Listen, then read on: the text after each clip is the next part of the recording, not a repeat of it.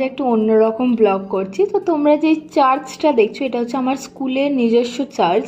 তো as a convent student একটা Christmas ডেতে স্কুল যাওয়া is so mandatory for us. আর এখানে বোন ওর বন্ধুদের সাথে গল্প করছিল। 5-6টা করে কেক খেয়ে নিয়েছি অলরেডি, কারণ ফ্রি কা চিজ হে।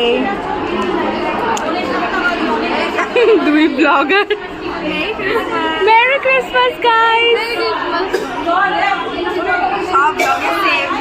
আমি আমার কলেজের বন্ধুকে নিয়ে গেছিলাম আমার স্কুলে। তো গোটা স্কুলটা ক্রিসমাস ট্রি লাইটসে এত সুন্দর সাজানো।